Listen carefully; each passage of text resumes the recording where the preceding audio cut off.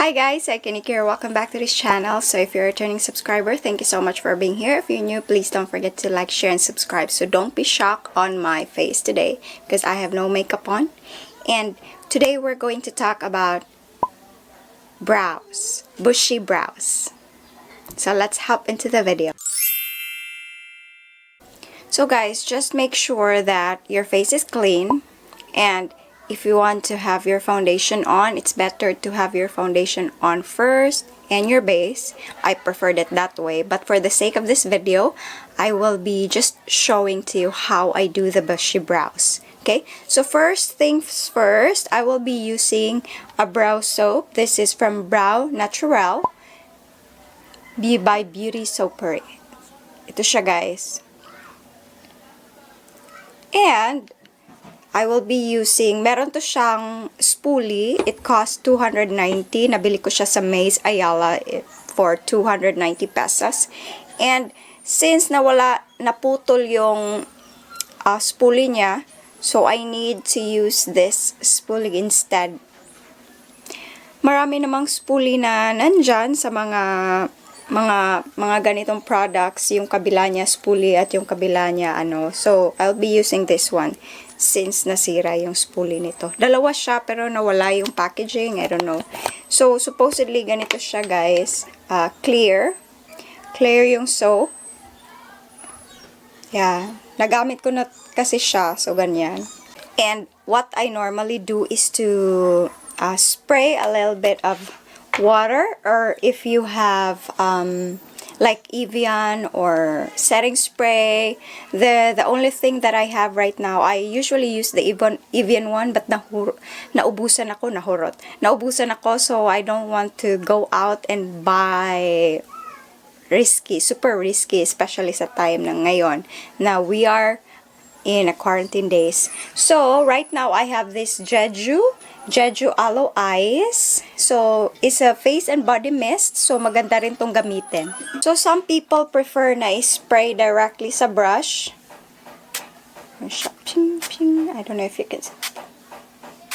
Nakikita ba sa camera? Wala. Parang naglalaro na lang ako. No? Spray lang ng konti.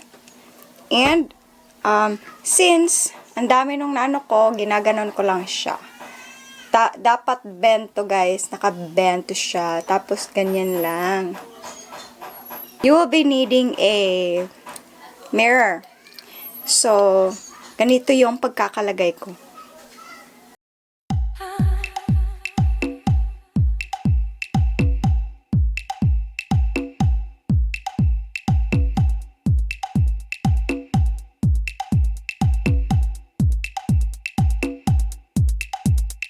So, since yung brows ko, tingnan nyo, yung drastic change.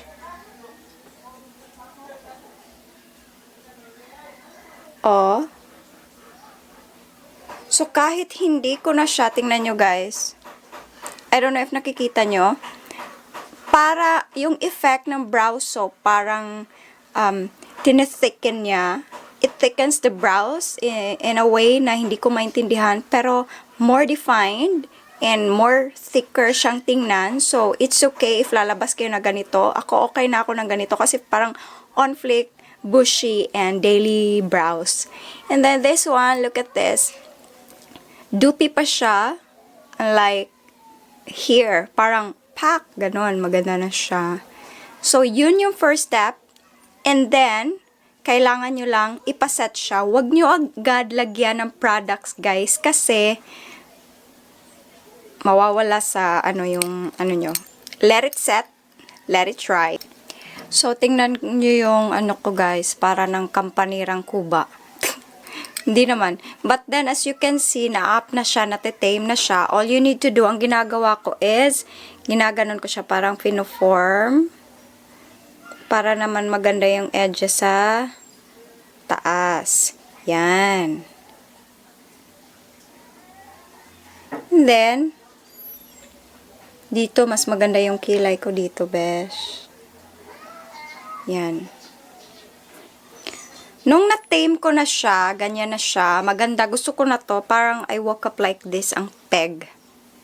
So, next thing that I'm going to do is, I will be filling it up with, any deep brow will do. Nawala yung MAC ko na deep brow sa last gig ko. And, para ako nagpanik kasi bakit nawala. But hindi ko talaga siya mahanap. So, I opted to use the LA Girl. Ito siya. Para siyang pomade, guys. Ay, hindi pala to ang brow. Black. Ano siya, guys? Para siyang, ang ganda ng kilay ko, besh. So, para siyang ganito siya, guys. A little goes along the way. So, what I normally do, ididip ko siya. Be careful kasi ang pigmented nito. And, yung mga products na nandito na, nalagay nyo, ano nyo dito kasi, para, yung sa cup, is, honestly guys, it's a nail brush. Gusto ko siyang gamitin kasi, meron naman talaga akong mga brushes na for brows, pero hindi siya manipis guys. Tingnan nyo guys. Hindi siya gaanong manipis. I don't know. Mas manipis to. Itong sa nail. Mas manipis siya, pero maliit. Much better kung malaki-laki to, no? So, yun ang gagamitin natin. Marami na to, guys. A little goes along the way. So, kailangan nyo to talagang ano dito sa cup. Yan. And then, simulan na nating mag-trace doon sa mga part na kailangang i-fill in. Sa akin naman, so far, dito lang naman yung ano ko, parang fake lang siya.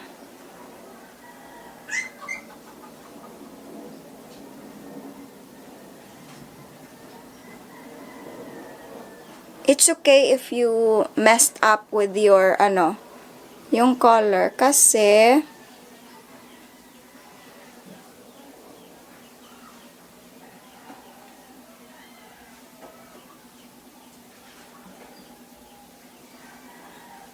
hindi ko ganong gusto yung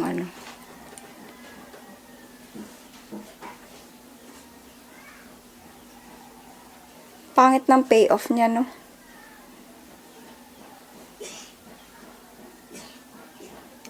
Ay, hindi na tuloy na focus.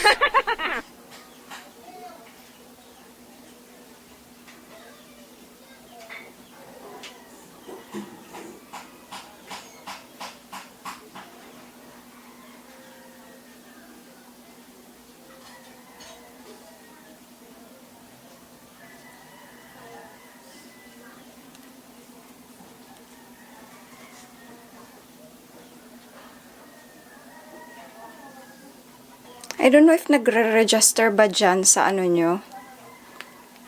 Pero ito na yon.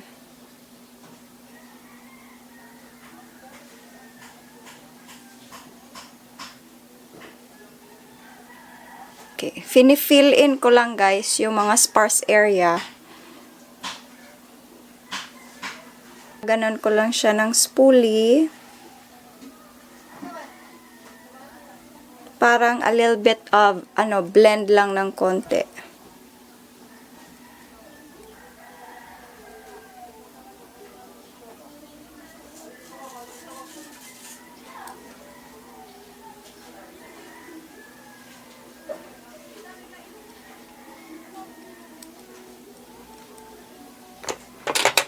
Yan. Pero mas gusto ko talaga to. Yan na, okay na, Ito talaga yung bushy brows. No?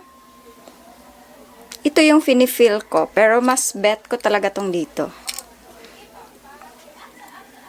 So yun guys, if gusto nyo lang ng natural lang talaga, you can really go with this, yung kabila. Or you can fill in those gaps, tapos i-blend nyo.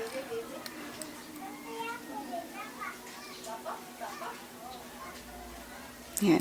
And for me, usually kasi, ginagawa ko dito is, nilalagyan ko talaga siya, honestly, ng concealer. Yung concealer na parang ka-skin tone mo, para naman siya magmukhang mas enhanced. Meron kayong concealer na beige or sand, you can use it if kagaya ko yung skin tone nyo. So, meron ako dito yung Maybelline, paubos na siya, yung sand na gamit ko. Or you can also use, I usually use this color, ano siya, beige from LA Girl, and yung Maybelline na sand, yung fave ko. So, since paubos na siya, ginagamit ko lang itong flat angled brush. Meron pa mga tira-tira, ganyan. If you want lang ha, na konting definition. But so far, ako okay na ako dito, and okay na ako dito. But for some, na gusto talaga yung, mas, parang, flick pa rin kahit natural brows, you can use this technique. Yan.